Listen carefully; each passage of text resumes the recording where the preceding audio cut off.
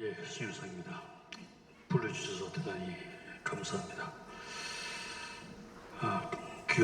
귀하게 오셨는데 실망시켜 드릴 게 뻔해서 먼저 송구한 마음 듭니다.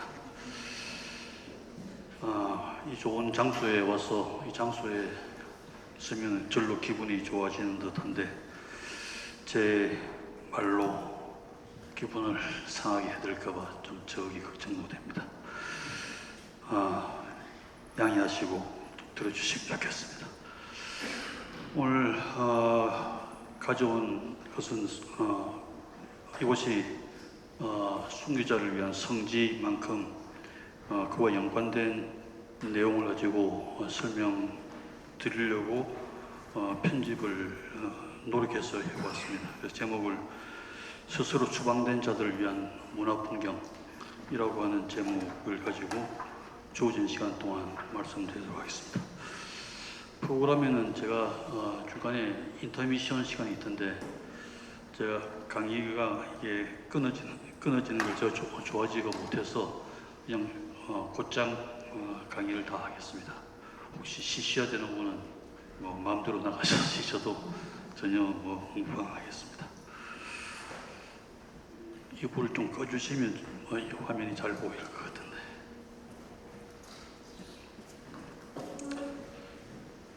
저는 올 가을에 10월 말부터 비엔나 퀸스틀하우스라고 하는 우리말로 하면 예총회관이 될 건데 그래서 초청을 받아서 제가 개인 전시회를 한 달 동안 하도록 되어 있습니다.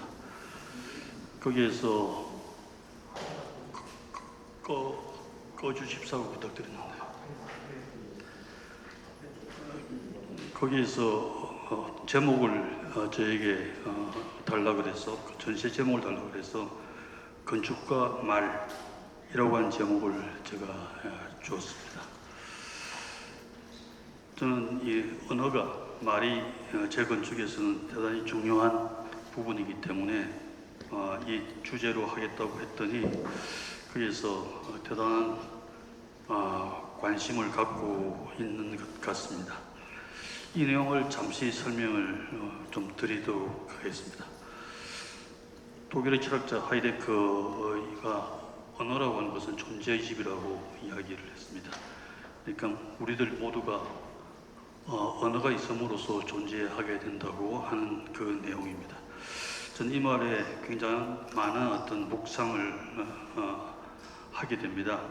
이 말을 제가 저희 언어로 바꾸면은 그러므로 이 건축은 언어의 존재이다라고 제가 말을 슬쩍 바꾸었습니다. 저는 그렇게 믿습니다. 재건축은 언어가 존재해 있는 것이 저희 건축이라고 생각하고 있습니다. 그래서 제가 만든 건축 속에서 독일의 좀 불행한 인생을 살았던 시인 힐드린의 말을 빌려서 시적으로 인간은 거주한다고 저는 그렇게 이야기합니다. 하이데커도 이 말을 인용을 했습니다. 무슨 낭만적으로 인간이 시처럼 산다고 하는 말이 아니라 시어를 가지고 시인이 하나의 자기의 세계를 상상하고 자기의 세계를 지어내듯이 우리 인간도 마찬가지로 건축가가 만든 그런 어떤 혹은 스스로 지은 집 속에서 건축 의유를 통해서 건축을 짓고 그 속에서 상상과 몽상으로 자기의 삶을 보낸다고 저는 그렇게 믿고 있는 것입니다. 성경에도 요한복음서를 보면 1장 1절에 태초에 말씀이 계셨느니라고 나와 있습니다. 모든 만물의 시작이 말씀이라고 성경은 기록하고 있고 이어지는 구절을 보면은 그 말씀이 하나님과 같이 계셨고 그가 바로 하나님이고 그 안에 생명이 있었으니 그 생명은 사람들의 빛이라 이렇게 기록되어 있습니다. 그러니까 말씀 자체가 진리라고 하는 것입니다. 저는 이 말 또한 굳게 믿습니다. 언어라고 하는 것은 인간의 집단 지성이 이루어서 만든 것입니다. 그러니까 언어 속에는 항상 그 언어가 뜻하는 진리가 있다고 저는 믿어 의심치 않습니다. 그래서 또 성경 구절을 인용하면 창세기에 보면은 하나님이 세상을 창조하시고 인간이 아담이 그 모든 만물의 이름을 짓도록 하나님이 허락하셨다고 되어 있습니다. 그 아담이 모든 사물, 풀과 식물, 여러 가지 사물들의 아담이 이름을 붙임으로써 비로소 그 사물이 존재하게 되었다고 이렇게 성경에 기록하고 있습니다. 이 이름이라고 하는 것은 이토록 굉장히 중요한 것이라고 저는 그렇게 생각합니다. 공자 정명이란 말을 쓰면서 이름의 중요성에 대해서 이야기를 합니다. 공군신신 부부자자, 임금은 임금답고 신하는 신하답고 아버지는 아버지답고 아들은 아들다울 때 바로 나라가 선다고 이야기합니다. 그러니까 이름이 주어지면 그 이름에 맞는 말과 이름에 맞는 그런 행위를 하는 것이 이 세계를 온전하게 만드는 일이라고 공자가 이야기합니다. 그토록 이름은 말은 그토록 굉장히 중요하다고 하는 것입니다. 제가 감명 깊게 읽었던 두 책이 침묵의 세계와 인간과 말이라는 책입니다. 독일의 영성 철학자 막스 피카르트가 쓴 책입니다. 저는 이 책을 통해서 상당히 많은 어떤 생각을 하게 되었습니다. 특히 이 사람이 쓴 침묵의 세계라고 하는 것을 보면은 말의 중요성에 대해서, 언어의 중요성에 대해서 누누이 설명합니다. 언어는 우리가 태어나기 전에 이미 주어진 것입니다. 인간 이전에 언어는 이미 있었던 것입니다. 사실 그렇습니다. 그래서 언어는 우리가 사용하는 것이 아니라 언어는 다가온다고 그랬습니다. 세상에는 언어 말고도 잡음어라고 하는 것이 있습니다.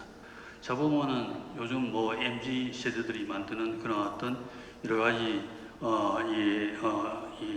다른 혼합어들인데, 이 언어도 사실은 우리들의 집단지성이 걸러내면은 나중에는 언어가 되면은 그래서 영원히 살아남아서 후대에게 전해집니다. 그래서 우리는 그 언어를 사용하는 것이 우리가 사용하는 것이 아니라 언어가 우리에게 다가온다고 이게 막스 피카르트는 이야기합니다. 그 언어는 언제 다가오냐면은 침묵할 때 언어가 우리 다가오는데, 그때 그 언어를 잡을 수 있어야 바른 말을 하게 된다고 이 막스 피카르트는 이야기합니다. 제가 좋아하는 또 다른 이 소설가가 오랑 파묵, 터키의 노벨 문학상을 받은 사람입니다. 저하고 나이도 똑같습니다. 그리고 사실은 이 사람은 소설가 되기 전에 이스탄불 공과대학에서 건축가가 되려고 건축을 먼저 공부한 사람입니다. 그러다가 건축의 뜻을 버리고 그냥 글 쓰는 일로 이제 직업을 바꿉니다. 지금은 콜롬비아 대학 교수로 있는 것으로 알고 있습니다. 이 사람이 노벨상 받은 후에 쓴 책이 순수발목한 책이 1권, 2권으로 되어서 우리나라 번역되어서 널리 읽혀졌는데, 저는 이 소설을 읽고 굉장히 한동안 빠져들었습니다. 이 소설은 이 사람의 어떤 퓨션이라고 하는 여주인공을 사랑하는 먼 친척의 둘의 이야기입니다. 이 순수한 그런 어떤 사랑을 우여곡절 끝에 전개해 나가다가 이 여성이 이 피슌이 교통사고로 결혼식을 마침내 한 날 교통사고로 이 목숨을 잃습니다. 그렇지만 오랫동안 짝사랑하던 이 주인공이 이 피슌이라는 여성 몰래 피슌의 어릴 때부터 살던 물건들을 하나하나씩 자기들이 모읍니다. 모아가지고 피슌이 이게 운명을 했을 때 이거 가지고 박물관을 만들겠다고 하는 계획을 가지고 있는 게 이 소설의 이 스토리고, 실제로 그렇게 박물관을 갖다가 이렇게 만듭니다. 이스탄불 시내에 이 순수박물관이라는 이름으로 되어 있습니다. 박물관에 들어가 보면은 이 피순이라고 하는 여자가 피던 담배꽁초도 피순 몰래 이렇게 수집을 해서 전시를 이렇게 해놓고, 피순이 입던 옷들 그리고 쓰던 도구들, 사소한 우리 일상의 물건들을 모조리 모아서 이 순수박물관이라는 이름으로, 이 순수박물관이 있는 이 건물도 피순이 살던 그런 집을 구매해서 이렇게 만들었습니다. 저는 이 사실에 대해서, 야, 소설가가 하나의 이 소설을 쓰기 위해서 얼만큼 이 다큐멘터리를 이렇게 관찰을 하고, 또한 이 주인공은 이 지고의 사랑을 이루기 위해서 얼마만큼 이 집요해야 일어났던 사랑을 이루는가에 대한 감동을 받았습니다. 그러나 제 감동은 전부 다 다음 사실 앞에서 무너지고 맙니다.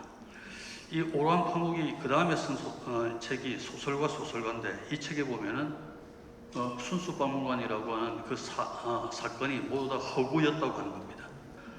그러니까 허구의 사람, 허구의 대상을 놓아놓고 그 사람이 승직한 그런 물건들을 다 모아서 마치 그것이 실제인 양 하고 소설을 쓰고 그걸 전시까지 하고 박물관까지 만들었다는 사실에 대해서 이 사람이 갖고 있는 그런 어떤 이 집요성이라 그럴까, 아니면은 어떤 상상력, 어떤 뭐 전체를, 이 세계를 관통하고 있는 그런 어떤 이 장악력에 대해서 저는 깜짝 놀랐습니다. 이 사람이 쓰는 이 소설과 소설가라는 책의 내용을 보면은 소설가로서 소설을 쓸 때의 내용이 들어있는데, 저는 가만히 보다가 이 소설이 아니라 소설 쓰는 것이 건축 설계고 소설가가 건축가라고 단어만 바꾸면 이것이 그대로 건축가가 건축 설계를 하는 것과 거의 똑같다고 하는 사실을 저는 발견을 하고 말았습니다. 지금 오로한 파묵이 쓴 글과 제가 그것을 소설을 건축 설계로, 소설가를 건축가로 바꾼 그 붉은색으로 쓴 글씨가 그렇습니다. 어떤 건축가는 단어적이고 어떤 건축가는 시각적이다. 소설가가 그렇다고 그러는데 건축가는 틀림없이 그렇습니다. 소설 쓰기는 단어로 그림을 그리는 것이라고 그러는데, 건축가는 단어로 공간을 조직하는 것이라고 저는 그렇게 알고 있는 것입니다.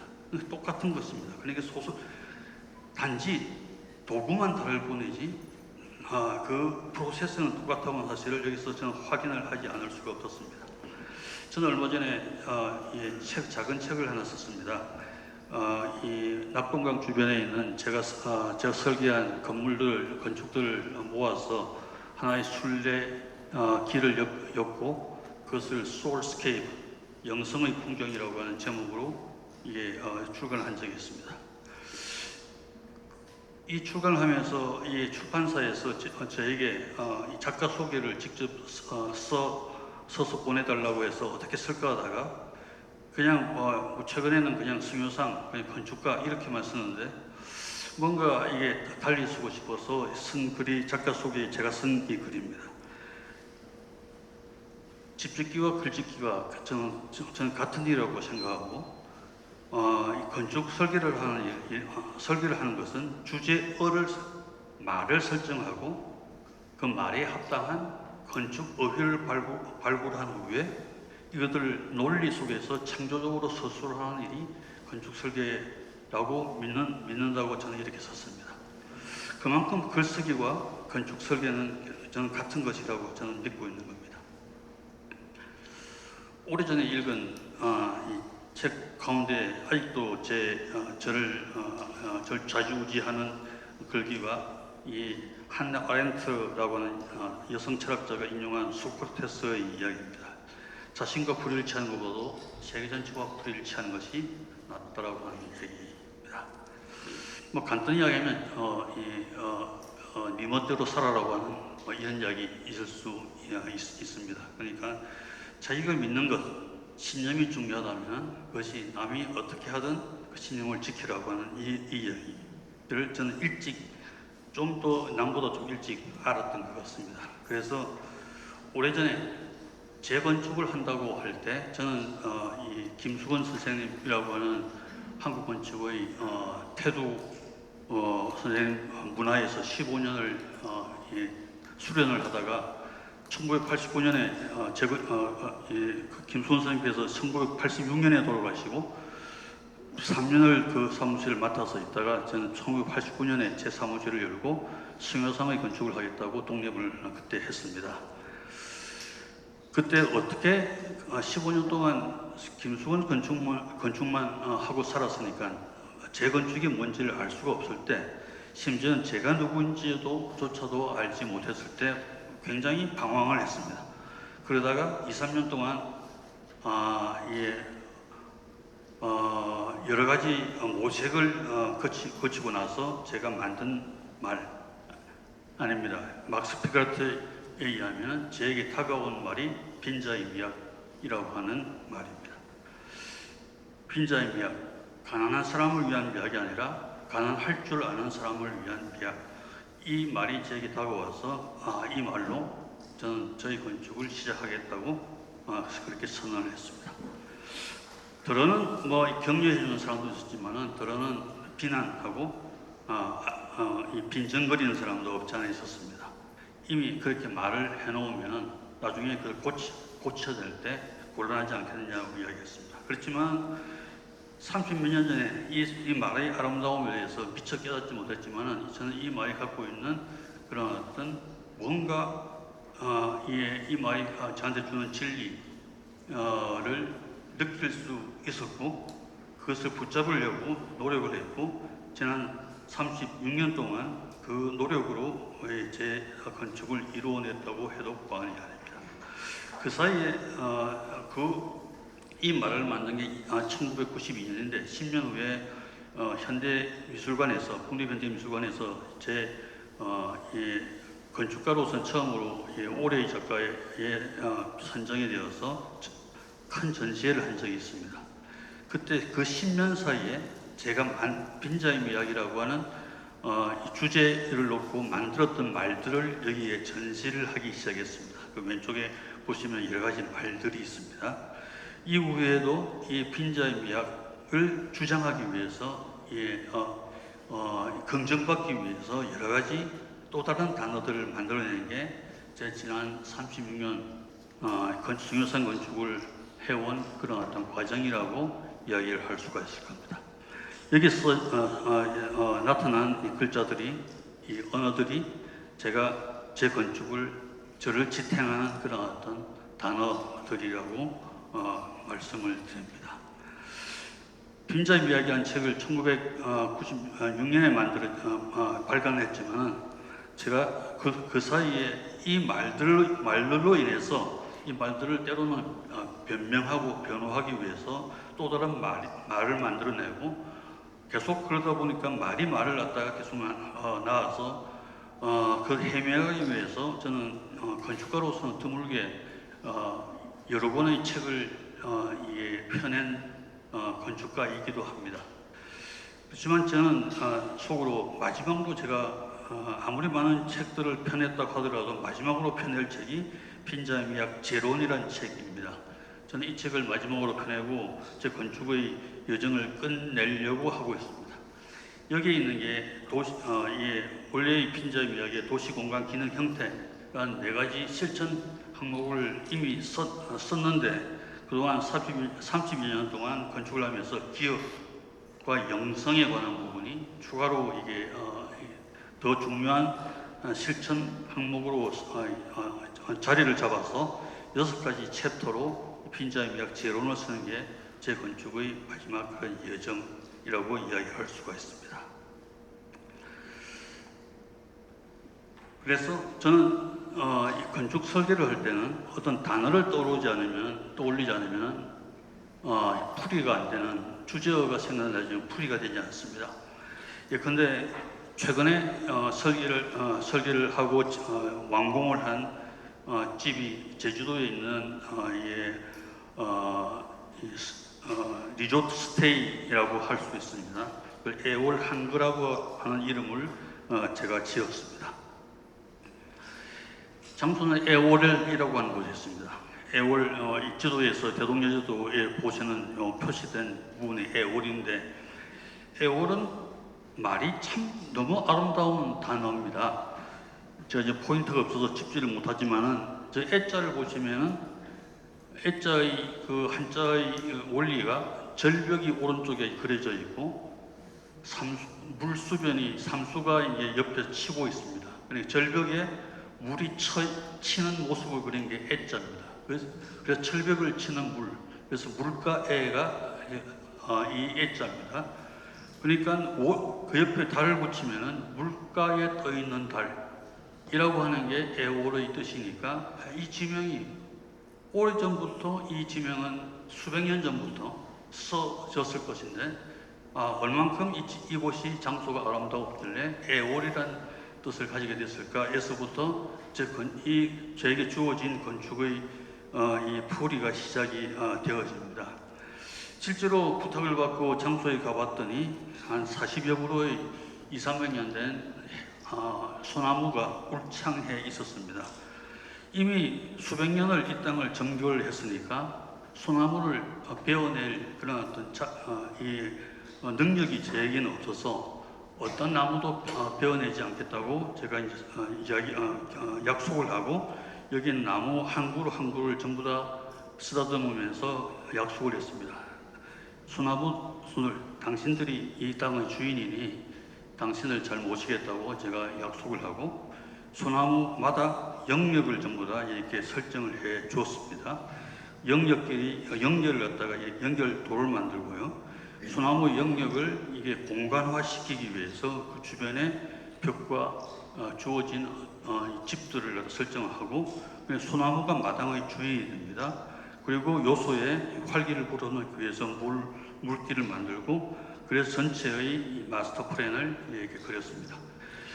집들이 그러다 보니까 집들이 이 집주인은 리조트 호텔 비싸니까 집을 한 동이나 두 동을 설계해 주길 바랐겠지만은 미안하지만은 24동을 설계를 해주고 말았습니다. 그 집의 이름도 철저히 소나무에 따라 지었습니다. 소나무가 2그루 있으면 이송제고 6그루 있으면 육송제고 소나무가 없으면 무송제고 소나무 숲 가운데 있으면 송중헌이고 소나무 밑에 있으면 송하암이고 이런 식으로 전부 다 철저히 소나무를 기억하게 하는 그런 집 이름들을 각자에 다 지어서 전체를 조직을 했습니다. 그리고 나타난 게 이 형식입니다. 모두가 소나무가 주인이 된 집입니다. 애월한 것, 그러니까 여기서는 이 물가에 있던 달 속에서 한가롭게 거주한다고 하는 이 이름을 제가 덧붙여서 지어주고 새로운 특히 제주도는 그냥 가서 흥청망청 노는 게 아니라 제주도가 가지고 있는 슬픈 역사를 보면은 이 속에서 가서 사유하고 묵상할 수 있는 그런 어떤 근거가 되는 곳입니다. 그래서 결국 지난 5월에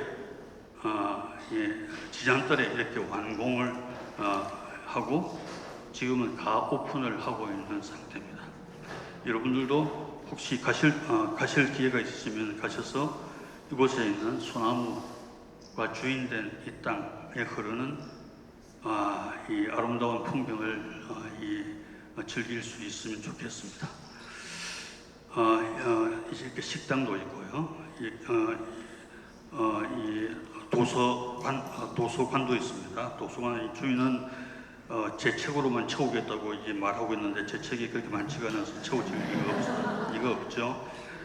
그리고 여차한 부분은 제일 큰 소나무는 담장 만들고 긴 벤치를 두고 나서 이끼 정원을 만들어서 무화유원이라고 이름을 붙였습니다. 그리고 언덕이 하나 있는데 이게 종탑을 하나 만들고 조각통도 만들어서 이 종이 아침 저녁으로 치도록 이렇게 만들었습니다. 산라산이 보이고요. 그리고 돌았으면 이 바다가 보이는 그런 제주도의 지역 위에 위치한 그런 리조트 스테이 하우스입니다. 물론 이 시바네스의 풍경도 늘 이 소나무가 마주할 수밖에 없는 그런 운명을 지니고 있고요. 언덕 뒤에는 사우나가 있는데 제가 생각에는 세계에서 가장 아름다운 사우나가 아닐까. 아주 작은 규모지만 말이 뛰노는 모습을 보면서 몸을 닦을 수 있는 그런 곳입니다. 두 동이었는데 이것은 한 채는 새화루, 하나는 새월루라고 이름을 지어줬습니다. 결국 이곳에서 이루어지는 것은 주어진 소나무 그리고 이게 붙여진 이름대로 이 속에서 이 아름다운 그런 어떤 장기든 그런 거주의 삶이 이루어질 수 있으리라고 생각됩니다. 이 모두가 언어에서 말에서 비롯된 그런 어떤 건축 설계라고 하는 것을 말씀드리고자 하는 겁니다. 그리고 저에게 주어진 이 과제가 이곳에 남양성모성지 순교자 기념묘역을 설계해달라고 하는 것이었습니다.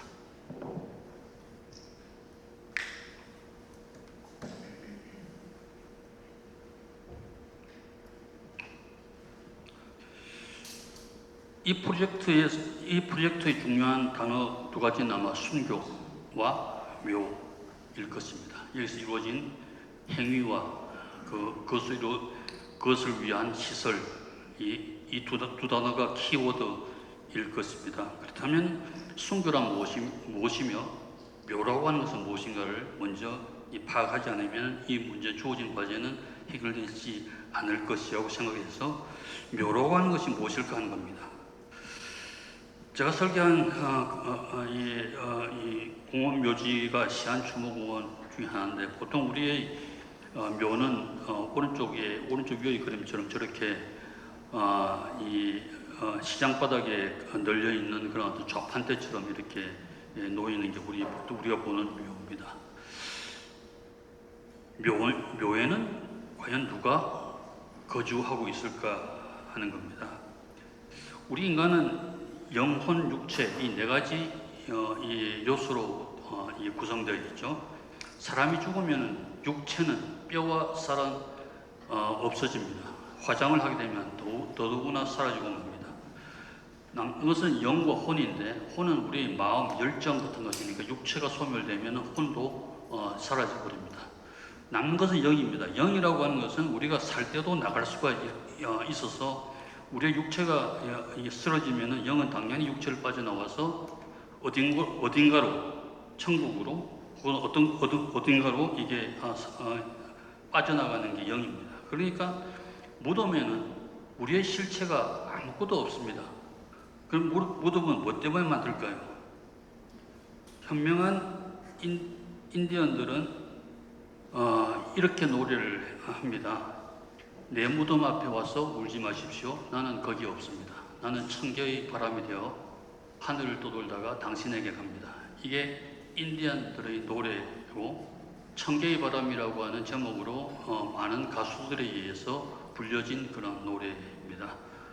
그러니까 무덤은 이 노래가 지혜로운 인디언이 이야기하는 바로는 무덤에는 아무도 우리가 죽은 자가 없다고 하는 겁니다.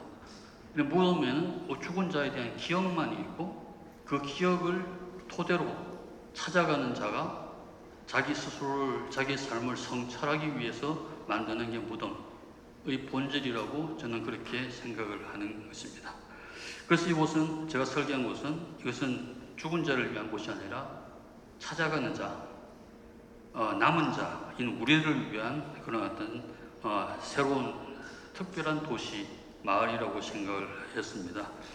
언덕에 있는 시설이라서 이 시설인데 입구에 가면은 이건 다른 세계라고 하는 걸 알기 위해서 마치 카이런이 망각의 바다를 지나듯이 물길을 지나서 이 루트를 통과를 하면은 새로운 이 명부가 플루토의 세계가 이렇게 열립니다. 그러다 보면은 이게 이 낙골묘입니다. 낙골묘가 부분적으로 동네를 이루면서 어떤 건 테라스 하우스처럼 어떤 것은 아파트처럼 서 있고 뒤로 돌아보면은 아주 이 파편적이긴 하지만은 서로 조직된 그런 공원처럼 만들어져 있는 게 이 시안 추모 공원입니다. 여러 가지 형태의 이 커뮤니티가 이렇게 형성되어 있습니다. 때로는 이렇게 광장이 있기도 하고, 때로는 이렇게 수반이 있기도 하고, 때로는 이렇게 연립주택처럼 이렇게 되어 있는 곳도 있고, 그래서 전체가 하나의 마을처럼 죽은 자를 기리는 그런 세계처럼 되어 있습니다. 제가 무덤에 대해서 사실은 관심이 많습니다. 이게 여행도 유럽 여행도 묘지 기행도 특별 조직에서 가긴 합니다. 묘지라고 하는 건 유럽에도 우리나라도 그렇지만 동서고금은 다 경치가 좋은 곳에 두기 마련이기 때문에 좋은 경치도 볼 수 있고, 특별히 묘지는 각 지방의 그 고유한 건축의 형태의 원형을 그대로 본떠서 만들기 때문에 건축을 공부하기도 좋고, 무엇보다도 무덤 속에 묻혀져 있는 이들을 대한 서사가 굉장히 여러 가지 경우가 많아서 저는 무덤 찾는 것을 굉장히 좋아합니다. 특히 낯선 도시에 가면 무덤부터 파악하는 게 제 습관이 되어 있습니다. 근데 어느 날 이 무덤이 저에게 설계가 과제로 왔습니다. 노무현 대통령의 무덤입니다. 노무현 대통령을 싫어하시는 분도 있었을 거로 합니다만은 좀 특별한 사람이었습니다. 그래서 싫어했건 좋아했건 많은 사람들이 이분의 죽음을 슬퍼했습니다. 대통령이면서 대통령답지 않다고 이야기를 들었고, 그 전도 마찬가지였습니다. 국회의원일 때도 그랬고 변호사일 때도 그랬습니다. 늘 이분은 자기 사회에서 통념적으로 있는 어떤 경계 안에서 자기를 끊임없이 추방한 그런 사람이었습니다. 주어진 매너리즘에서 도무지 그 매너리즘을 견디지 못하는 사람이었습니다. 그래서 여러 삶의 자체가 그랬는데 삶의 마지막도 스스로를 경계 밖으로 던져버린 사람입니다. 이런 현충원에 대통령의 묘수가 있지만은 이분은 여기에도 묻히기 싫다고 했고, 고향 땅에 묻어달라고 이야기했습니다. 수족들은 이렇게 보이는 사저 뒤쪽을 원했지만은 돌아가신 그 이튿날 제게 연락이 와서 어떤 위원회가 만들어졌는데, 제가 이 일주일 후에 현장을 가보고 사저 뒤 위쪽은 이분의 무덤으로는 적당하지 못하다고 저는 주장을 하고, 이 보이는 삼각형의 땅을 여기가 맞는 무덤이라고 저는 이야기를 했습니다. 저 높은 곳에 계실 분이 아니었고, 무덤은 특히 이 죽은 사람을 위한 공간이 아니고 산자인 남은 자인 우리를 위한 공간이어야 된다고 믿는 까닭이었습니다. 무덤 물줄기가 두 개가 이제 관통하고 있어서 원래 들어가는 곳, 제한하는 곳, 묻혀 있는 곳, 이 세 개의 부분에도 전통적인 그런 어떤 묘례에도 맞는 지형입니다. 마치 원래부터 이 땅은 무덤으로 되기로 원했던 듯 이렇게 느꼈습니다. 시간이 없었기 때문에 전체를 스케치로 다 진행을 했는데, 전체를 돌로 깔고 마지막에 곡장을 두르고 저 멀리 무덤을 만들었습니다. 땅은 여기가 가끔씩 홍수기에 범람하는 땅이었기 때문에 땅을 1.5m 평원 들어 올려서, 사실 이 땅은 들어 올렸지만 평지로 만들지 않고 서서히 경사였다가 평지가 되었다가 이게 마운드가 되는 그런 어떤 인공적인 지형으로 만들어서 이 전체를 감성적 지형이라고 하는 이름을 붙여서 여기에 서면은 사람들은 방문한 사람은 잘 못 느끼지 못하지만은 이 지형이 갖고 있는 아주 오묘한 그런 어떤 차이 때문에 앞으로 나가기도 하고 머무르기도 한다는 사실을 사람들은 잘 모르긴 하지만은 좀 그런 환경을 보고 있습니다. 바닥에 이 글귀를 새겨서 비석으로 삼자고 제가 제안을 했고 15,000개의 그런 박석이 이렇게 모였습니다. 이게 너럭바위 밑에 이제 봉분함을 묻었습니다. 사람 사는 세상을 주장하시는 분이니까 우리가 알고 있는 아주 일상적인 마을의 이 지도처럼 큰 길, 작은 길, 물길, 그리고 언덕 등을 만들어서 전체를 조성을 했고요. 그리고 1년 후에 이렇게 완공이 되었습니다. 이곳은 지금 이 17년 올해가 돌아가신 지 16년째입니다만은 1년에 100만 명이 방문하는 그런 곳입니다. 100만 명이라면 하루에 3,000명이 온다고 하는 것이니까 어마어마하게 많은 사람들이 옵니다. 이 사람들이 그런데 오는데 그냥 여기 있는 무덤만 그냥 스키 쳐다보고 상변만 하고 가는 사람은 거의 없습니다. 굉장히 많은 사람들이 여기에서 서성입니다. 글을 읽든지 호공을 갖다가 이제 쳐다보든지 해서 많은 사람이 서성이고 있는 것을 볼 수가 있습니다. 참비망하고 가는 사람은 그런 목적을 가지고 있는 사람 외에는 거의 없습니다. 오는 사람도 한 번만 오는 게 아니라 매일마다 오는 사람도 있고 1년에도 몇 번씩 오는 사람도 있습니다. 그럴 때마다 와서 많은 생각을 하고 가는 듯 합니다. 그리고 그 후에 대통령 기념관도 제가 그 바로 인근에 설계를 했습니다. 큰 시설이기 때문에 마을의 풍경을 거슬릴 것을 제가 저해서 그냥 건물로 설계하지 말고 땅으로 설계를 하자고 개념을 잡고 일어서는 땅, 라이징랜드라고 하는 개념으로 이 건물을 언덕처럼 만들어서 솟아오르는 작은 시설이 이 주변에 이 마을에 있는 작은 건축과 그 크기가 조화가 되도록 이렇게 만들어져서 3년 전에 이렇게 완공을 갖다 했습니다. 그래서 이 사저에서 뱀산까지 이 대통령이 공부하던 곳도 보이는 그런 곳입니다. 그래서 제가 맡은 임무를 지난 13년간에 걸쳐서 저는 완성을 하고 보고를 드렸습니다. 사실은 이는 전시관 내부고요. 그래서 아마 천지개벽을 한 땅이 이 땅인 것 같습니다. 근데 묘역을 완성하고 나서 제가 쓴 책이 하나 있었습니다. 노무현의 무덤 스스로 추방된 자들을 위한 풍경이라고 하는 책을 제가 발견한 적이 있습니다. 제가 만들고 나서 나오자마자 여기 방문한 사람들뿐만 아니라 노무현 대통령 스스로가 제가 생각하기에는 자기의 삶을 항상 경계 밖으로 추방한 그런 어떤 분이라고 느꼈기 때문에 그렇습니다. 스스로 추방된 자. 이 말은 제가 만든 말이 아니라 에드워드 사이드라고 하는 팔레스타인계 미국 문화 평론가가 한 말입니다. 오리엔탈리즘이라는 이 책을 써서 서양인이 갖고 있는 동양에 대한 편견을 낱낱이 고발한 그런 사람인데, 이 사람이 BBC 방송에서 한 이야기를 책으로 묶어서 나온 게 지식인의 표상이라고 한 책입니다. 우리말로는 권력과 지성이라고 하는 이런 제하로 이게 발간이 됐는데, 좀 제목이 좀 이상합니다만은 아무튼 지식인에 관한 책입니다. 이 지식인에 관한 이 정의를 이 사람이 한 게,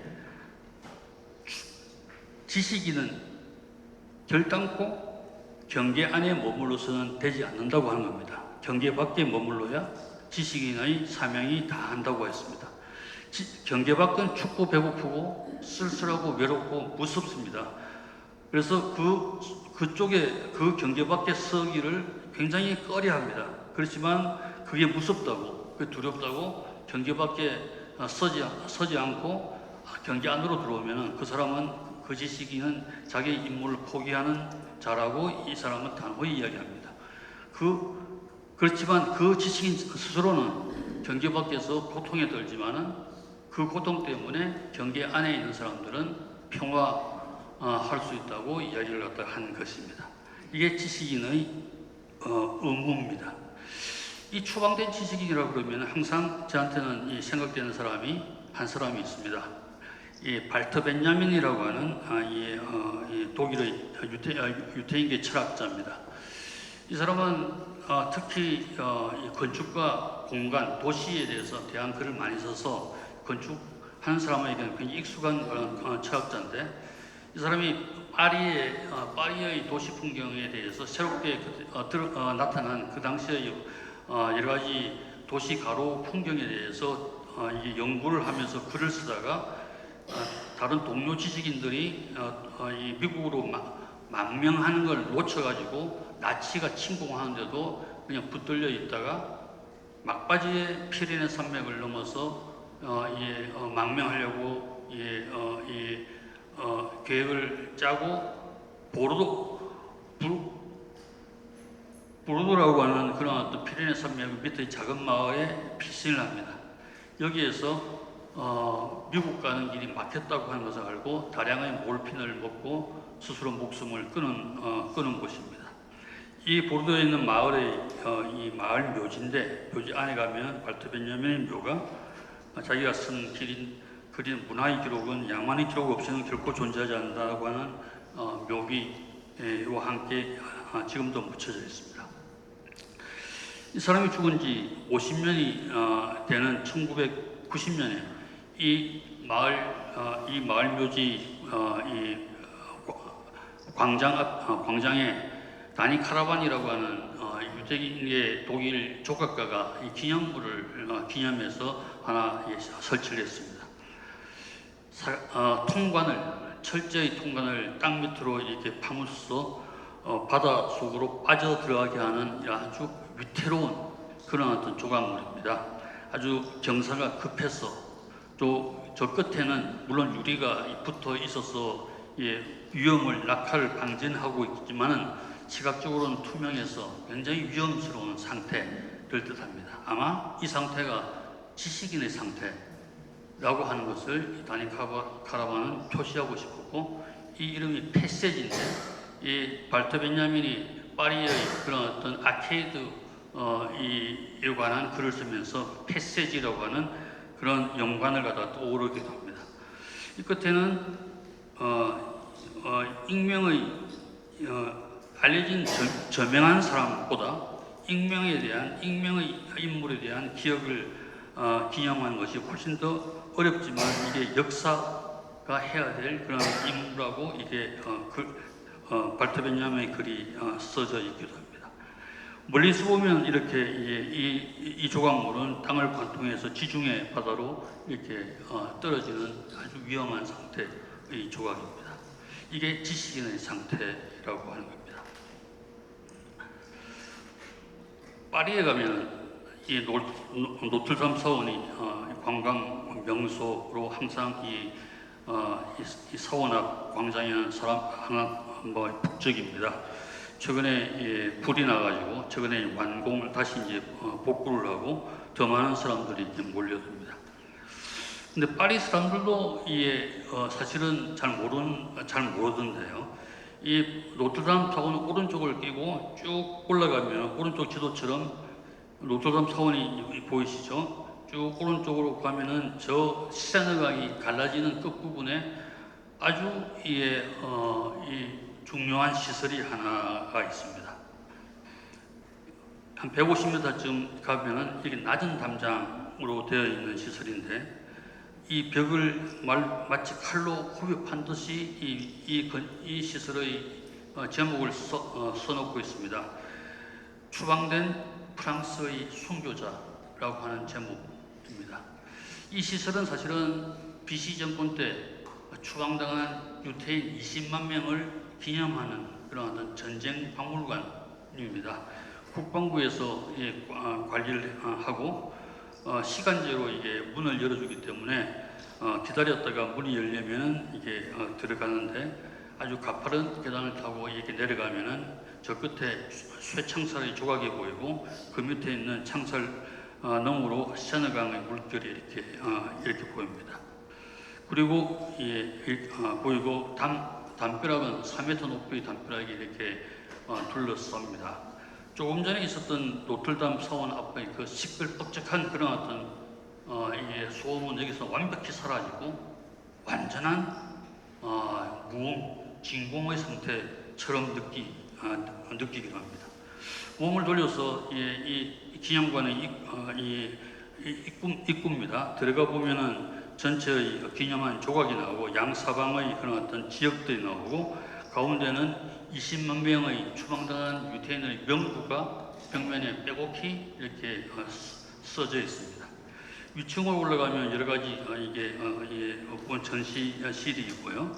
그리고 나오면 다시 3m 높이의 담벼락이 이렇게 전체를 둘러싸고 있습니다.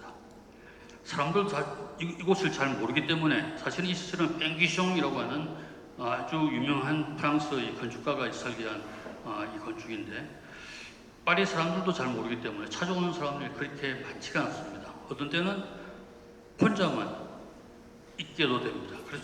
그렇다면 완벽하게 혹시 스스로가 추방당한 그런 어떤 심정을 갖게 되는 곳이 이곳의 이 건축의 풍경입니다.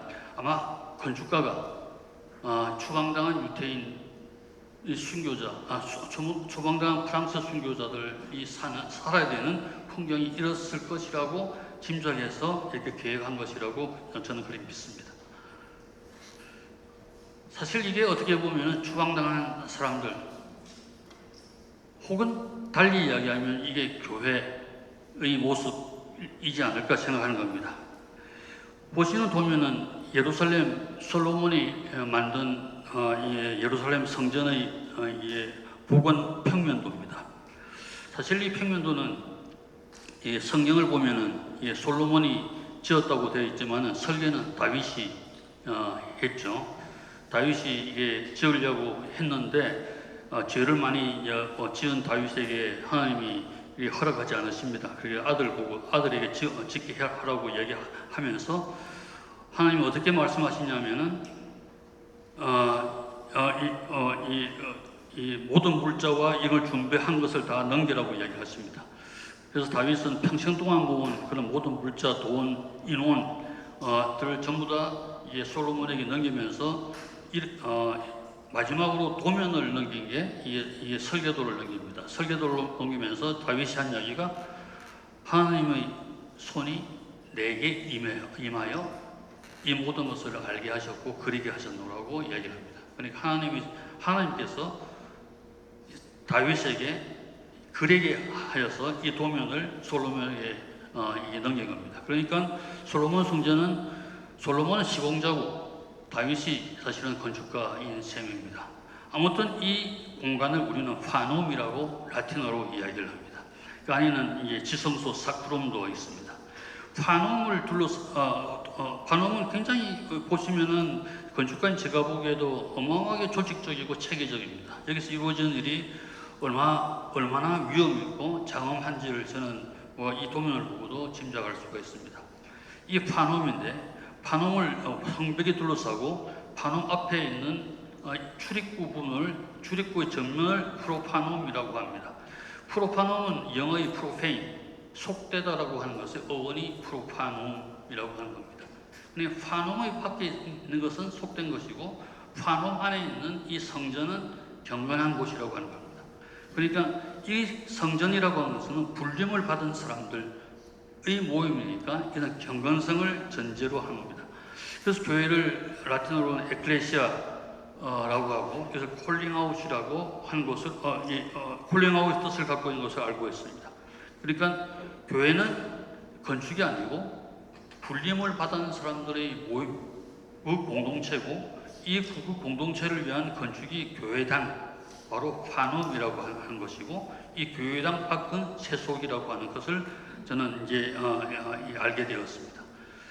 그렇다면 교회당이라고 하는 것은 불림을 받은 사람들이니까 경건성이 그 무엇보다도 첫 번째 되는 본질이 아닐까 저는 그렇게 생각을 하고 있는 겁니다. 얼마 전에 꽤 되었습니다만은 시골에 있는 하양이라고 하는 대구 옆에 경산에 있는 하양이라는 곳에 작은 교회, 한 20평도 채 되지 않는 교회당을 하나 설계하게 되었습니다. 이 교회당의 목사님은 굉장히 한학을 전공하시는 분인데 특이하신 분입니다. 감리교회인데 저하고 제법 친하게 되어서 이 목사님은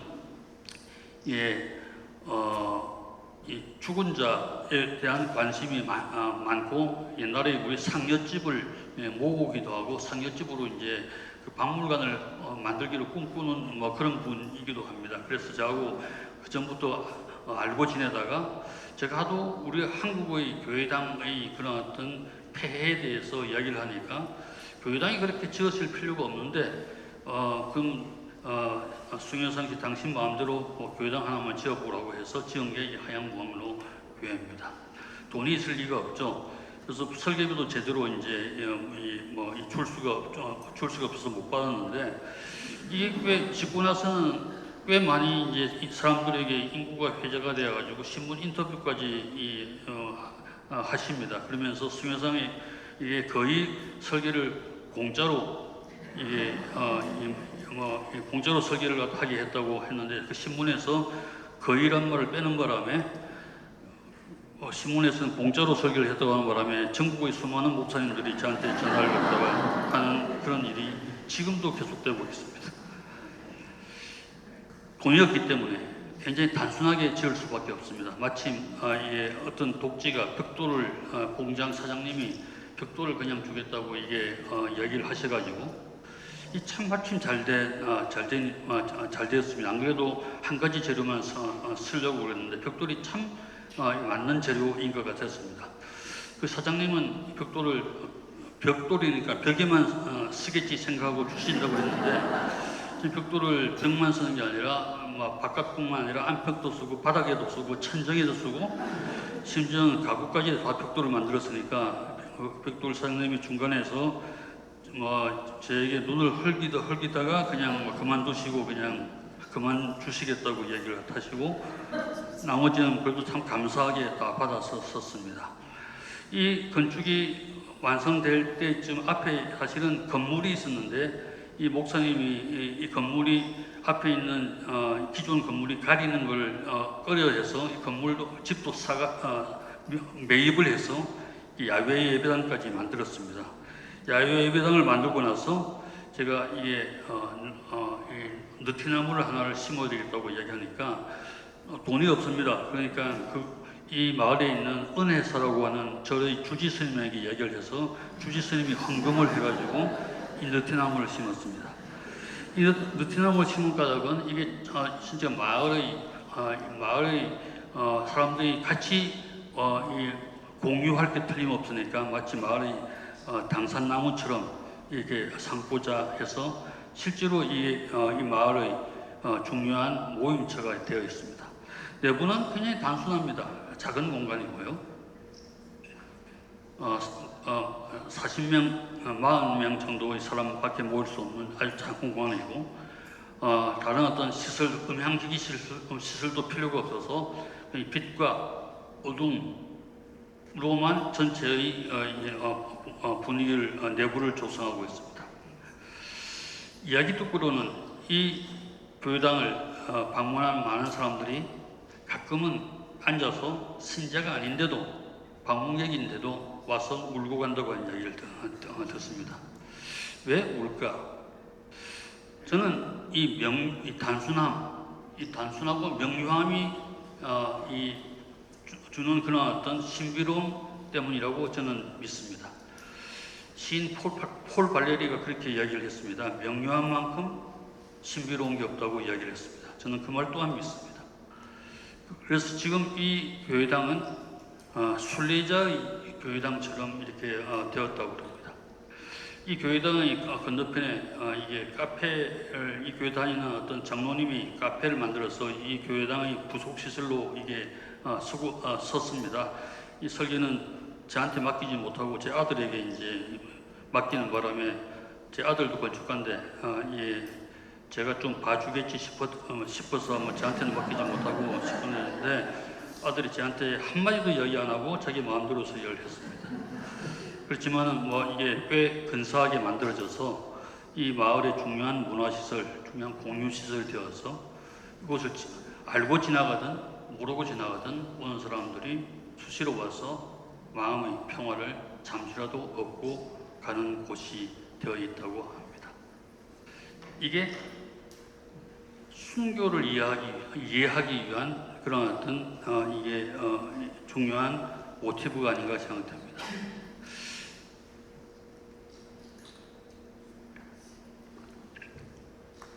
순교라고 하는 것은 한자 순자는 순장할 때의 순자와 똑같습니다. 뜻은 죽어서 다시 살 순입니다. 그러니까 순교라고 하는 것은 죽어서 다시 사는 일입니다. 조자를 안 붙이고는 순사라고 이야기를 하기도 했습니다. 죽어서 다시 사는 일이 순사입니다. 순교하면 믿음 때문에 죽어서 다시 사는 일이 순교입니다. 물론 이것은 예수 그리스도를 본받는 예수 그리스도의 철저한 스스로 추방한 그런 삶을 본받는 그런 일에서 비롯된 일이라고 저는 그렇게 여깁니다. 예수 그리스도가 그렇게 이 순교를 했듯이 많은 제자들도 그 따라서 이 순교를 했습니다. 또한 우리나라에 1866년 바로 이 남양산모 성지가 만들어진 그런 이유이기도 한 그런 해에 세계 유례가 없는 그런 어떤 순교의 역사가 벌어졌습니다. 그 중에 한 사람이 밀양에 순교한 사람이 신석복이라는 복자입니다. 소금 장수였는데 밀양 명례란 곳에서 소금을 팔다가 믿음을 저버리지 않고 잡혀가서 그냥 교수형에 처해진 그런 사람입니다. 아까 설명드린 봉화마을 노무현 대통령이 묻혀진 봉화마을 북쪽에 낙동강이 있는데 낙동강변에 언덕에 아래 그림처럼 언덕에 있는 곳이 명례라는 곳입니다. 이곳이 1938년에 지어진 작은 한옥성당이 하나가 원래 있습니다. 이곳에 부임하셨던 이재민 신부님께서 저는 이재민 신부님의 글을 참 좋아하는 사람 중에 하나입니다. 이재민 신부께서 이 신석복 복자의 생가틀을 발굴하고 이곳을 성지화하겠다고 이 결심을 하고 국리하시면서 저를 찾으셔가지고 이 주변을 전부 성지화하는 일에 제가 도와드리게 되었습니다. 전체가 한 7,000평의 그런 어떤 언덕입니다. 성지화해야 되니까 이 전체를 이 땅을 다스려야 되니까 돈은 자금이 있으실 리가 없죠. 그렇지만 전체적인 풍경을 만들어야 되니까 여기 한 50채의 가옥이 있었는데 지금 아무도 다 소개가 되어 있습니다. 위에 북쪽에는 마을이 있는데 이 자체는 가옥이 하나도 없었습니다. 그래서 필지를 지도상에 있는 기록상에 있는 필지를 다 찾아내어서 이것을 14처로 한 필지마다 14처를 다 만들면서 전체를 회유를 하게 하고 그 절벽에 기념성당을 짓고 마을 쪽에는 여러 가지 필요한 사제관이나 수녀원이나 등등을 짓는 전체 계획을 만듭니다. 그렇지만 여기서 가장 중요한 것은 이 한옥성당이 1938년에 지어진 한옥성당이 그대로 항상 중심이 될 수 있도록 다른 시설들은 풍경 혹은 인공적인 집안처럼 만들기로 이렇게 결심을 하고 첫 번째로 1단계로 이 기념성당을 만든 일에 시작을 해서 착수를 해서 완공을 했습니다. 이 지만대로 똑같네요.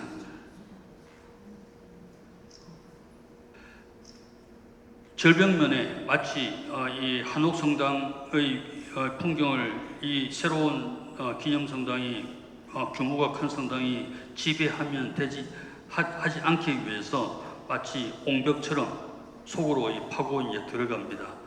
그러면은 이 위에는 건축이 나타나는 게 아니라 이런 이 평지가 공간이 나타나고 작은 그런 어떤 단이 나타납니다. 저 단 아래가 이 기념성당 부분이고 이 공간은 특별한 큰 미사 때, 순례 미사 때 여기에서 이제 집회할 수 있는 그런 공간 장치들을 이렇게 만들었습니다. 그리고 이 서쪽으로 내려가면은 겹겹이 쌓여져 있는 그런 어떤 속에 이 기념성당이 들어서게 하였습니다. 집을 설계를 마치고 이 착공을 했는데 이 느티나무가 기존에 느티나무가 하나가 있어서 이 느티나무를 설계대로 지어야 되면 베어내어야 돼서 도무지 그럴 수가 없어서 느티나무를 살리느라고 또 설계를 죄다 새로 해야만 됐던 그런 일도 있었습니다. 들어가면은 왼쪽은 절벽이니까 땅에 파묻혀 있고 오른쪽은 이제 낙동쪽 서쪽의 햇살이 이렇게 베럴볼트처럼 휘어진 천정을 타고 이 빛이 시시각각으로 변해 나오는 게 이 풍경이 시간이 이 전체를 지배하는 듯해서 굉장히 아름답습니다.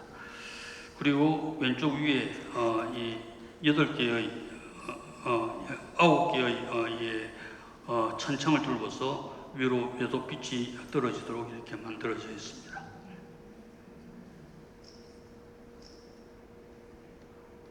그리고 다시 나가면은 이런 풍경이 남아져 있습니다. 이게 사진 안 가져왔는데 신속복 복자의 기념묘역도 이 안에 있어서 이 안에서 그 신속복 기념 복자의 묘역이 튀어나온 곳이 이 부분 튀어나온 부분의 표현도 이렇게 만들어져 있었습니다. 순교라고 하는 것은 사실은 우리가 일반적인 사람이 하기가 굉장히 힘든 게 순교입니다. 목숨을 어떻게 버립니까? 그래서 시작한 게 이 1세기 때 시작된 수도원 운동이라고 수도원의 현상이라고 그렇게 알고 있습니다. 그러니까 스스로 목숨을 끊지는 못하지만은 자기 일상에서 자기의 목숨을 자기 생활을 버린 그런 이 사람들이 수도를 위해서 일상에서 나와서 광야로 나갔습니다. 많은 사람들이 이 수도의 형태를 갖다가 모르고 여러 가지 갈리의 수도를 갖다 하다가 이 6세기에 누르시아의 베네딕트 성인이 원래는 이 로마에 가서 이 학문을 연구하러 갔는데 로마가 그 당시에 로마 제국이 멸망하고 많은 어떤 이단의 풍습들이 이게 지배하는 걸 보고 실망을 느끼고 그 근처는 수비아코에 가서 수도를 하다가 많은 사람이 영험이 있어서 많은 사람이 따라와서 이 소문이 나서 굉장히 중요한 이 영향을 갖다가 미치게 되어서 이분이 기술한 책이 글이 베네딕트 규칙 73개 조항의 규칙서로 지금까지도 많은 수도원에서 이게 기초로 삼고 있는 텍스트라고 알고 있습니다. 이 글에 나와 있는 이 규칙서를 보면은 1조부터 이 73개 조까지 보면은 굉장히 수도원에 관한 수도원을 어떻게 조직하고 어떻게 운영하고 어떻게 생활하고 하는 부분이 자세히 나와 있습니다. 이 규칙서를 다 읽고 나서 제가 느낀 것은 수도사에게 필요한 것은 세 가지 자유라고 하는 것을 제가 알게 되었습니다. 세 가지 자유는 첫 번째는 육체의 자유고 육체로부터의 자유입니다. 그러니까 자기 친척이나 모든 걸 가족을 다 버려야 됩니다. 그 재물의 자유입니다. 재산 다 버려야 되고요. 마지막으로 정신의 자유입니다. 자기를 옥죄하는 번뇌, 죄악의 생각에서 그걸 다 버려야 됩니다. 그걸 위해서 하는 행동이 청빈해야 되고 동정해야 되고 순종을 지켜야 되는 것이 수도사들이 지켜야 되는 그런 생활의 그런 어떤 강령이라고 저는 그렇게 이해를 하게 되었습니다. 그래서 저는 결단코 수도사가 될 수 없다고 하는 것도 이 책을 통해서 저는 알게 되었습니다. 이 베네딕트 규칙서에 의해서 만든 건축의 모양이 생갈렌이라고 하는 스위스의 북서부에 있는 이 수도원의 도서관에서 발견이 되었습니다. 9세기에 그려진 도서관인데, 9세기의 도면인데, 보면은 이 가운데 이 중정이 사각형의 중정이 제일 가운데 있죠. 그리고 북쪽에 성당이 붙어 있고 오른쪽 변에 기숙사, 보통 2층 건물입니다. 아래층은 챕터 하우스라고 사무 수도사들끼리 모이는 그런 어떤 공간이 하나 있고 그 위층은 기숙사고요.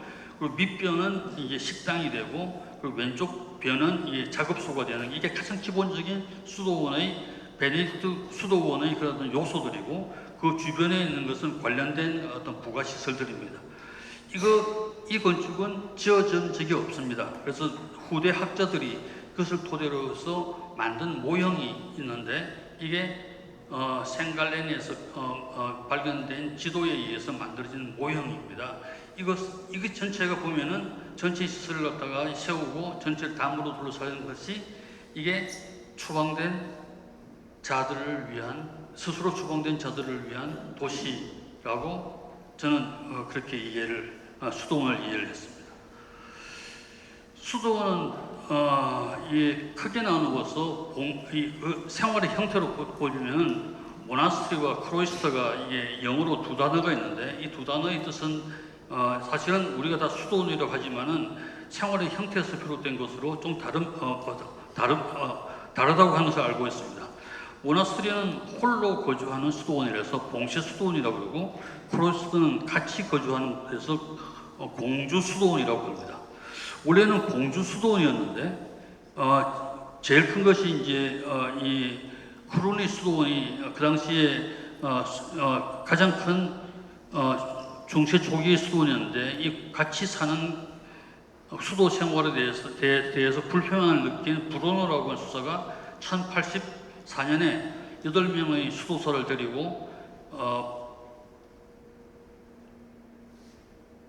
프랑스 알프스로 이제 계곡으로 떠나서 만드는 게 그랑 샤르트레즈라고 하는 수도원, 이 봉쇄 수도원의 시작이었다고 그렇게 알고 있습니다.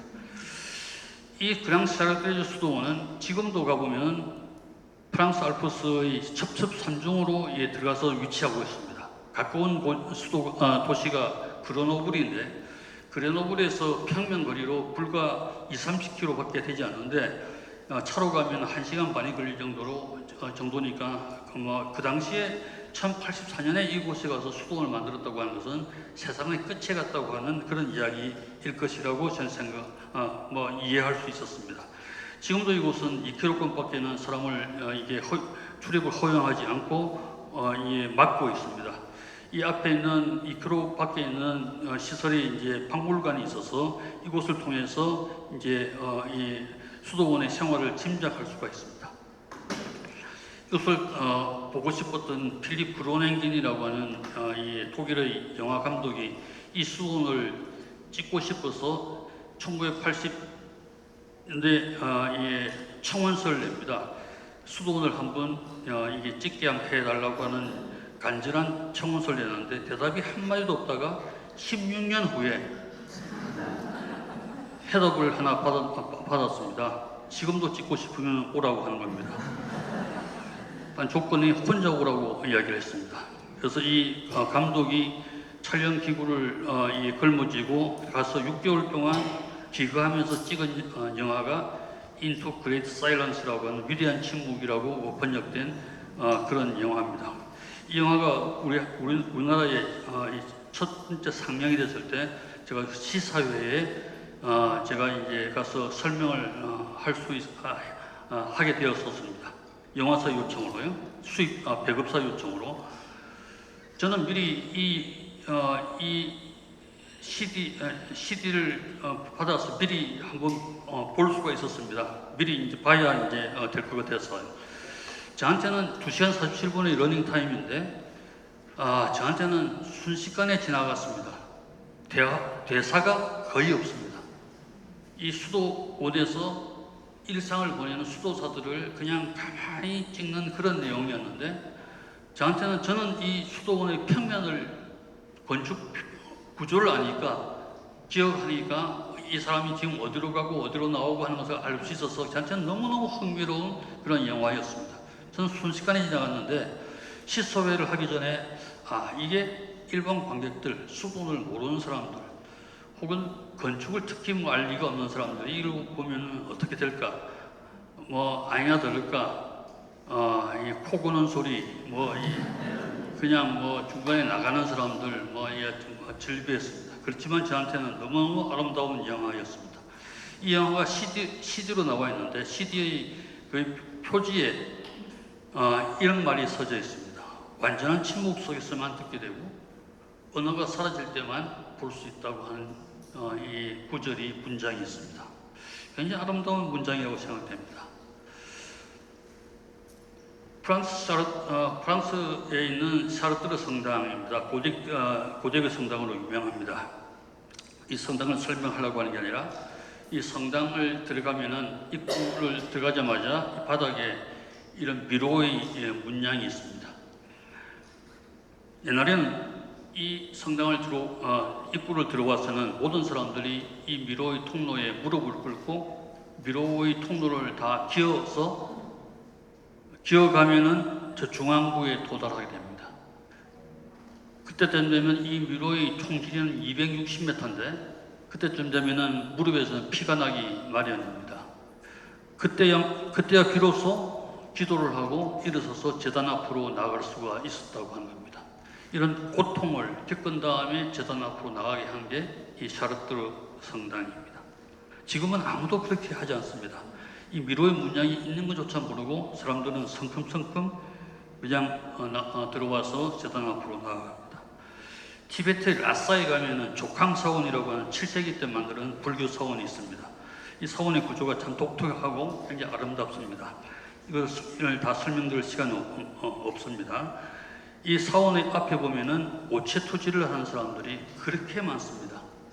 그냥 아주 간절하게 육신을 이 바닥에 던져서 오체투지를 합니다.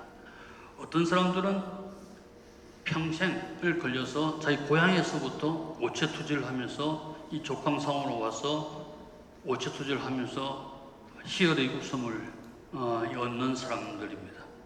이런 사람들 보면은 몸에 온갖 상처가 이게 그냥 굳은 살 이 베끼다가 몸문 전체가 그냥 아주 굳어져 있는 그 사람들을 굉장히 많이 봅니다. 그렇지만 얼굴은 굉장히 희열에 차 있습니다.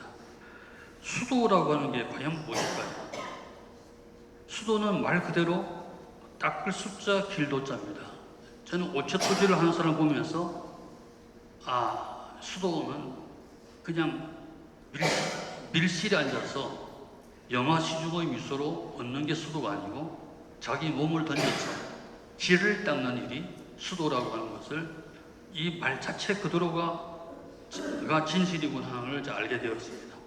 그러니까 고통을 동반해서 얻어지는 게 수도라고 하는 겁니다. 이 수도 끝에 얻는 것들이 과연 무엇일까? 이 바로 아마 평화 아닐까 하는 겁니다. 우리의 평화와 영어의 평화의 가리키는 피스는 뜻이 다릅니다. 같은 말이 저는 아니라고 생각됩니다. 우리의 평화는 한자를 보면은 화자는 입에다가 곡식을 넣어준다고 하는 거니까 배부르게 한다는 겁니다. 이 뜻이 그렇게 이게 그저 그런 뜻이고 평자가 중요한데 평자는 한자의 원리를 보면은 수면 위에 크고 작은 수초가 서로 다른 크기의 수초가 평형을 이루면서 서로 떠서 조화를 이루는 게 평자입니다. 그냥 서로 다릅니다. 어떤 사람은 크고 어떤 사람은 작고 어떤 사람은 무겁고 어떤 사람은 가벼운데 그게 서로의 평형을 이루면서 전체와 조화되는 게 평자입니다. 조금 위태스럽긴 하지만 굉장히 아름다운 형태가 평화입니다. 피스의 동사형은 패시파입니다. 무력으로 진압하다고 하는 뜻입니다. 무력으로 진압해서 얻는 큰 평화가 패시픽 오션, 태평양입니다. 팍스 아메리카나가 무력으로 진압해서 얻는 제국의 평화입니다. 그렇지만 그 무력이 팍스 로마나가 오래 가지 못했습니다. 지금 있지가 않습니다. 그 무력이 없어지면 그 평화는 깨어집니다. 팍스 아메리카나도 지금도 붕괴되고 있죠. 그러니까 그런 무력은 단기간이니까 영원한 평화를 줄 수가 없다고 하는 겁니다.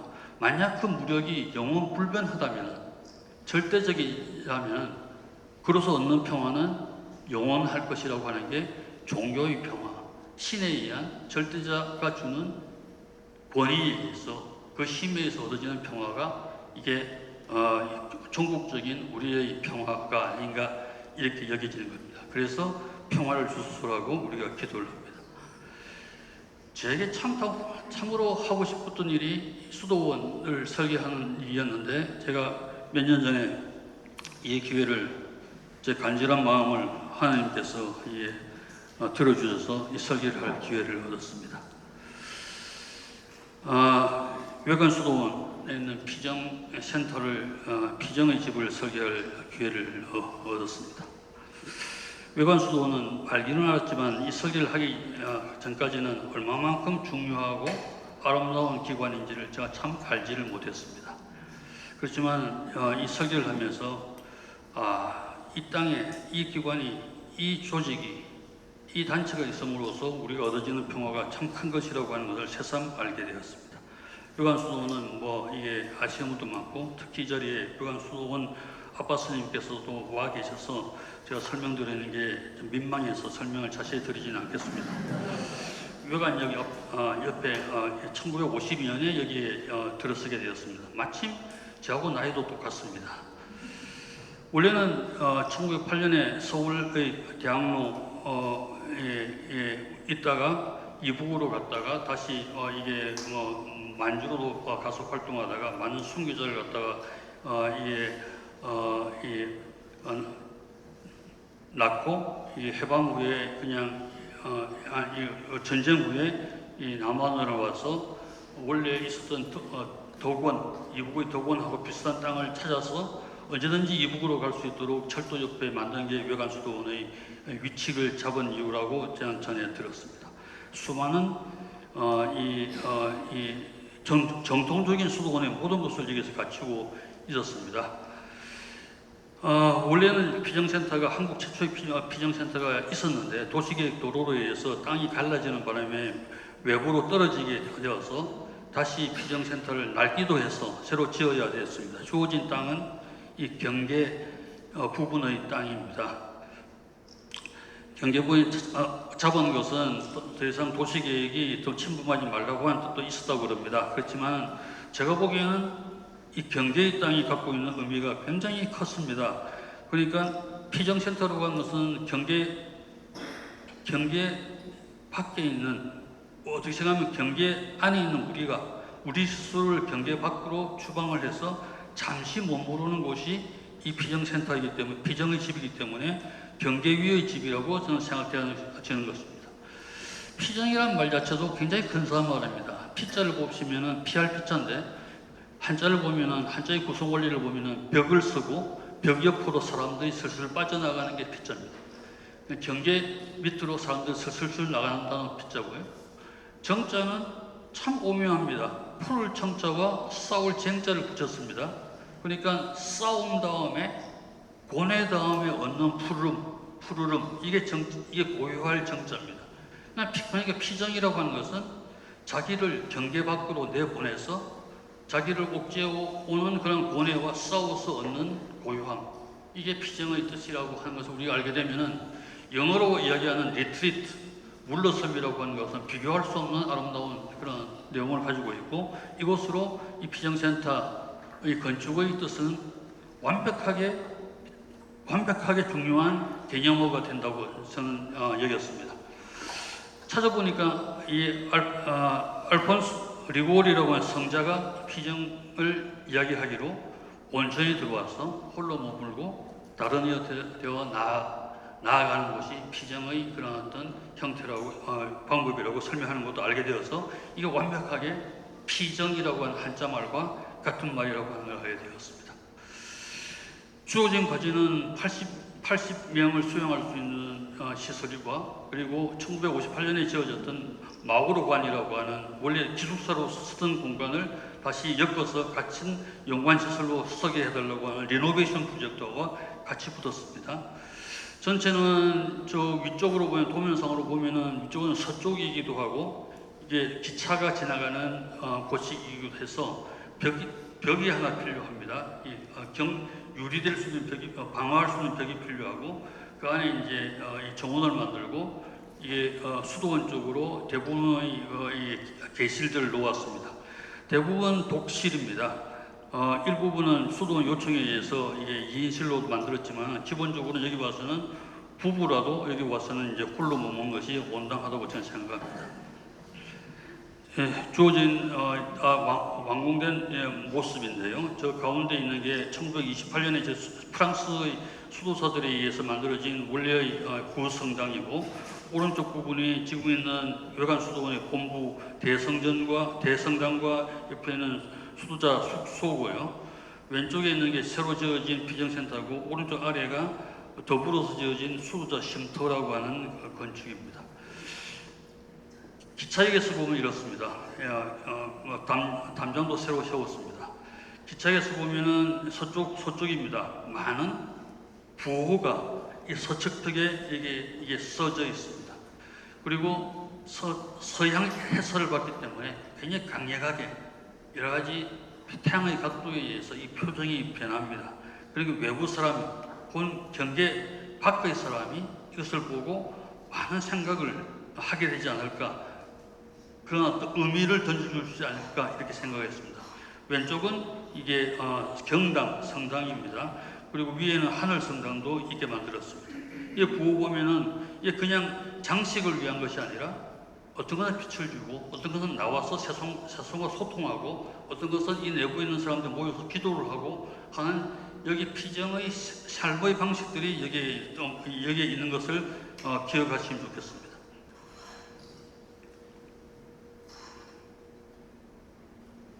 수도원 쪽에서 보는 동측면이고요. 입구에 가면 게이트가 나 있고, 들어가면 이 마오르관하고 통하는 계단이 있고요. 입구 부분입니다. 로비에서 이 중정이 이제 보이고요. 중정으로 올라갈 수가 있습니다. 그 전에 경당으로 가려면 경당은 조금 내려가야 됩니다. 땅에서 좀 내려가는 쪽이고, 햇빛의 방향이 항상 수시로 변합니다. 중정 옆에는 정원이 있습니다. 여기에서 제가 희망하기로는 여기에서 살다가 돌아가신 소천하신 이 수도사들의 무덤이 원래는 있었는데 지금은 딴 데로 이장을 다 했습니다. 그래서 이 원래 수도원에는 같이 묘이 있는 것이 마땅하니까 기념묘이라도 여기 만들자고 제안을 해서 그 실현을 기다리고 있고요. 경당으로 들어가면은 이게 빛의 방향을 고려해서 빛들을 이렇게 이제 이 방향을 고려해서 천창을 다 뚫었고요. 이 동쪽에 이제 제단을 두고 빛은 위에서 내려오는 빛은 남쪽에서 오는 빛입니다.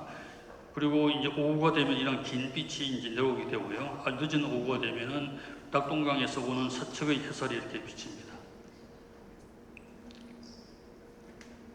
다시 나오게 되면은 이게 중정으로 이제 들어오면은 올라가는 야곱의 계단이라고 저는 이름을 했는데, 수도원에서는 베네딕트 계단이라고 이름을 다시 고쳤습니다. 올라가면은 각 층마다 기도실이 있게 있습니다. 각 그룹별로 기도나 오라토리움으로 쓸 수도 있고요. 각 계시는 이런 어떤 개별실들이 있습니다. 여기서 나와서 위에 있는 브릿지를 통해서 거리를 두고 외부로 나가면은 경당 위에 하늘 성당을 이렇게 두었습니다. 하늘 성당의 서쪽면으로는 이 첨탑에는 베네딕트 성인의 이 물고기 자리의 성좌를, 별자리를 이렇게 붙여서 빛을 받도록 했고요. 그리고 서쪽으로 낙동강 너머로 넘어가는 석양이 저녁에 보면은 아주 비쳐서 방문자들을 굉장히 위로하는 그런 어떤 풍경을 이룹니다. 마오르관은 죄송합니다. 시간이 얼마 없는 것 같아서 빨리 자세히 설명 못하고 빨리 지나가는 걸 용서해 주시기 바랍니다. 58년에 지어서 굉장히 많은 세월이 지난 70년가량의 세월이 지나면서 많은 때가 붙었습니다. 그 때들을 다 벗겨내고 원래의 목재를 다 나타내기도 했고요. 어떤 부분은 혹시 이 전체를 갖다가 흔적, 옛날의 재료의 마테리얼의 흔적은 남기되 전체 하나를 통일해서 마치 마지막의 풍경을 갖다 만든 식으로 힘칠을 다해서 대공간을 갖다 만들었습니다. 그리고 이 중앙 아래쪽에 수도자 쉼터, 라고 하는 곳은 우리 기프트샵 선물의 방이 있었는데 구성당의 왼쪽이 이 선물의 방이었는데 좁아서 확대할 필요가 있어서 이곳에 화장실과 혹은 갤러리 카페를 갖다 겸하는 건물을 3층 건물로 만들자고 요청을 받아서 이 대나무 숲 옆에 이걸 짓게 되었습니다. 이 대나무 숲은 원래는 이 앞에 있는 도로가 원래 없었는데 도시계획 도로에서 이 도로가 나는 바람에 수도원이 바로 도로면에 면하게 되어서 방어하기 위해서 대나무 숲을 일구었다고 이야기를 들었습니다. 굉장히 아주 무성한 대나무 숲이었고 대나무 숲 옆에 있는 건물이라서 이 건축도 대나무와 같이 늙어가고자 이 면을 전부 다 대나무 거푸집으로 다 두어서 이렇게 마감을 다 했고요. 대나무 숲이 속에서도 관통되도록 만들었습니다. 대나무가 이게 이제 기업화가 되면 나중에 어쨌든 대나무가 혹시 없어지더라도 이 건축은 남아서 대나무의 기억을 갖다가 유지할 수 있을 것으로 생각됩니다. 그리고 작년 8월에 완성을 하고 입사를 드렸습니다. 드리면서 제가 아바스님께서 저보고 한마디 하라 그래서 여기 써져 있는 대로 이 건축을 하기 위해서 제가 한 기도가 하나님의 손이 제게 임해서 저로 하여금 이 도면을 그리게 하시고 이 모든 걸 알게 해 주십시오. 알게 해 주시기를 바라는 기도를 했다고 드렸습니다. 그러니까 이 건축이 잘못되면 제 책임이 아니고 하나님 책임입니다. 다시 남양천모 순교자 기념비역으로 이런 과정을 거치고 이제 남양천모 성지에 제가 맡은 임무를 수행을 하게 되었습니다. 아시는 것처럼 이런 아름다운 그런 장소입니다. 제게 주어진 과제는 이 순교 무명의 이름 모를 순교자들을 위한 그런 어떤 기념비역이고 그리고 성당에서 이제 밖을 보면 왼쪽에 소위 좌청룡에 해당하는 그런 어떤 언덕에 기념 무덤을 만들어 달라고 얘기를 부탁을 받았습니다. 묘역은 지금 여러분들이 묵주 길로 이제 14처 등으로 연관해서 연결해서 쓰시고 계시는 곳입니다. 이곳에 이루어질 풍경을 기념묘역이니까 어떤 특별한 제안을 받지를 못했습니다. 그냥 제가 노무현 대통령 묘역도 설계하고 그랬으니까 묘 설계는 잘하겠거니 하고 저한테 맡기신 것이 아닐까 저는 그렇게 생각하고 제가 생각하는 그런 이때까지 설명드린 그런 어떤 정확하게 명시는 못하지만은 여기서 죽어간 사람들 뿐만 아니라 살아있는 우리를 위한 묘역이면 어떨까 하는 생각을 가지게 되었습니다. 아까 말씀드린 명례성제 이재민 신부님의 그 말씀이 저는 늘 기억이 납니다. 죽어서 하는 부활이 어떤 의미가 있나 하고 이야기하시는 걸 전 들었습니다. 죽은 부활은 살아서 하는 부활이 우리가 해야 될 마땅한 부활 아닌가 하는 이야기에 대해서는 아주 제 가슴을 아직까지도 후련하고 있습니다. 그래서 이것은 여기에서 이런 분을 위한 순교자를 위한 무덤이기도 하지만은 어쩌면 살아있는 우리를 위한 묘역일 수가 있어야 된다고 생각을 저는 하고 있는 겁니다. 전체 배치도인데 배치도 보시면은 이게 무슨 그림인가 생각하실 겁니다. 사실은 땅을 전부 다 파고 들어갔습니다. 하나의 그 과정으로만 되어 있습니다. 그 첫 번째 과정은 소위 설명을 드리기 위해서 참회의 길이 있고 순종의 길이 있고 마지막은 평화의 길, 이 세 가지를 여기에 이제 그렸습니다. 그림 방법은 단면에서 보시면 어떤 부분은 이게 땅으로만 들어간 게 아니라 이 하늘과도 이 소통이 되고 이 풍경과도 수시로 소통이 되는 그런 길입니다. 전체를 보시면 이렇게 이제 파편적으로 보입니다. 그 내부에 들어가면은 그렇지 달리 보이게 됩니다. 영상이 있습니다.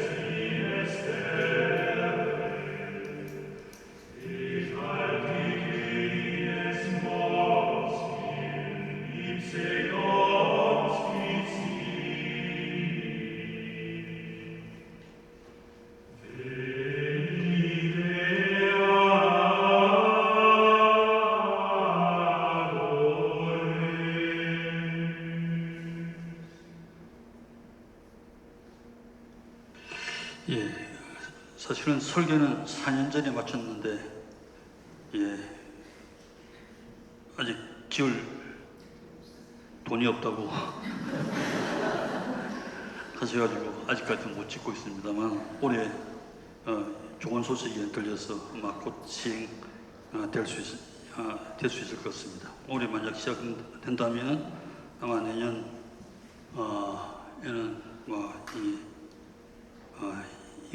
이 건축도 이 남양성묘 송지의 이름을 높인 일에 쓰여지기를 간절히 바랍니다. 거의 다 설명을 드렸습니다. 제가 이 건축에 대해서 설명을 드린 것보다도 건축가라고 하는 사람들을 이 맨 처음 그리는 작업이 이게 평면도를 그립니다. 평면도라고 하는 것은 건물을 중간에 잘라서 위에서 보는 그림인데, 이 그림을 볼 수 있는 사람은 세상에 아무도 없습니다. 이 그림을 정확히 보려고 그러면 시점을 무한대로 올려야 됩니다. 마치 신만이 볼 수 있는 그림이 평면도입니다. 그렇지만 이 평면도는 이 사람들의 우리 삶을 조직하는 그림입니다. 그냥의 그림이 아닙니다.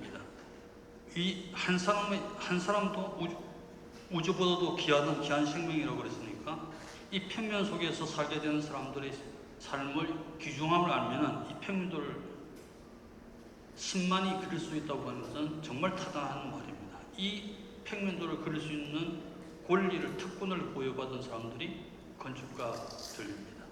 그러니까 건축가가 이 평면도를 잘 그리기 위해서는 자기의 시점에서 보는 게 아니라 자기의 시점을 무한대로 높일수록 평면도를 잘 그릴 수가 있다고 저는 느끼는 겁니다. 그래서 자기 스스로를 늘 추방해야, 자기를 경계 밖으로 추방해야 되는 사람이, 첫 번째 사람이 이 건축가들이고, 그럼으로써 다른 사람의 삶을 잘 조직시킬 수 있다고 이게 저는 믿는 것입니다.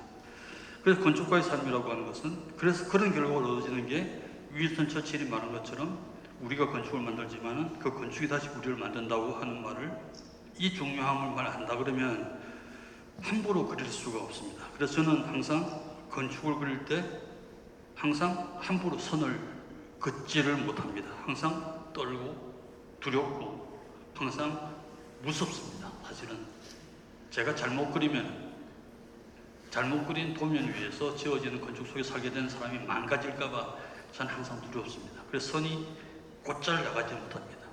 제가 아는 한 좋은 건축가들의 도면이 항상 일필휘지하는 사람이 거의 없습니다. 제가 좋아하는 꼬르비제라고 하는 건축가, 대건축가, 이 사람은 그림을 참 잘 그린 사람입니다. 피카소만큼 그림을 그린 사람이고 같이 큐비즘 활동을 하는 사람인데도 이 사람의 도면 그리는 선은 항상 부들부들 떨고 있습니다. 이게 그 건축이 선이 가지고 있는 그쪽에 살게 되는 사람의 삶에 대한 존엄성을 아는 까닭일 거라고 생각됩니다. 그래서 저는 여전히 고민하고 두렵고 떨립니다. 건축하는 일은 그래서 항상 저한테 어렵습니다. 딴 것보다도, 그래서 저는 오전에 건축가라고 하는 것은 어떤 사람이 되어야 될까 하는 게 예수님의 그 산상복음을 통해서 저는 빌어서 쓴 적이 있습니다. 권력이나 자본이 펴놓은 넓은 문이 아니라 좁은 문으로 들어야 되고, 스스로를 깨끗하게 하여 거룩한 것을 계획해 두지 않아야 되고, 진주를 돼지에게 던지지 않아야 되고, 불의와 화평하지 않아야 되고, 고향에서도 비난을 받고 각오가 되어야 되고, 그 사람들 둘레에 갇혀서는 안 되고, 스스로를 밖으로 추방하여 광명에 홀로 서서 세상을 직시하는 성찰적 삶을 사는 사람이 건축가인 것을 알고 있습니다. 저는 알기만 알지 이렇게 되지를 못합니다. 그래서 항상 고민입니다. 스티브 잡스가 이런 이야기했습니다. 스탠포드 대학에서 축사에서 많은 사람들에게, 스티브 잡스는 우리에게 삶의 혁명을 일으킨 사람이죠. 이 사람이 스테이 헝그리, 갈망하라, 스테이 플리시, 우직하라, 이렇게 이야기했습니다. 저는 이 말을 이렇게 고쳐서 제 스스로에게 쓰고 있습니다. 밖으로 나가서 홀로 있으라. 저는 세상의 유혹 때문에 쉽게 또 세상 속으로 나가지만 항상 마음만은 이렇게 살려고 노력하고 있습니다. 제가 죽기 전에 한 번이라도 이렇게 살았으면 참 좋겠습니다. 저를 위해서도 기도해 주시기 바랍니다. 감사합니다. 마치겠습니다.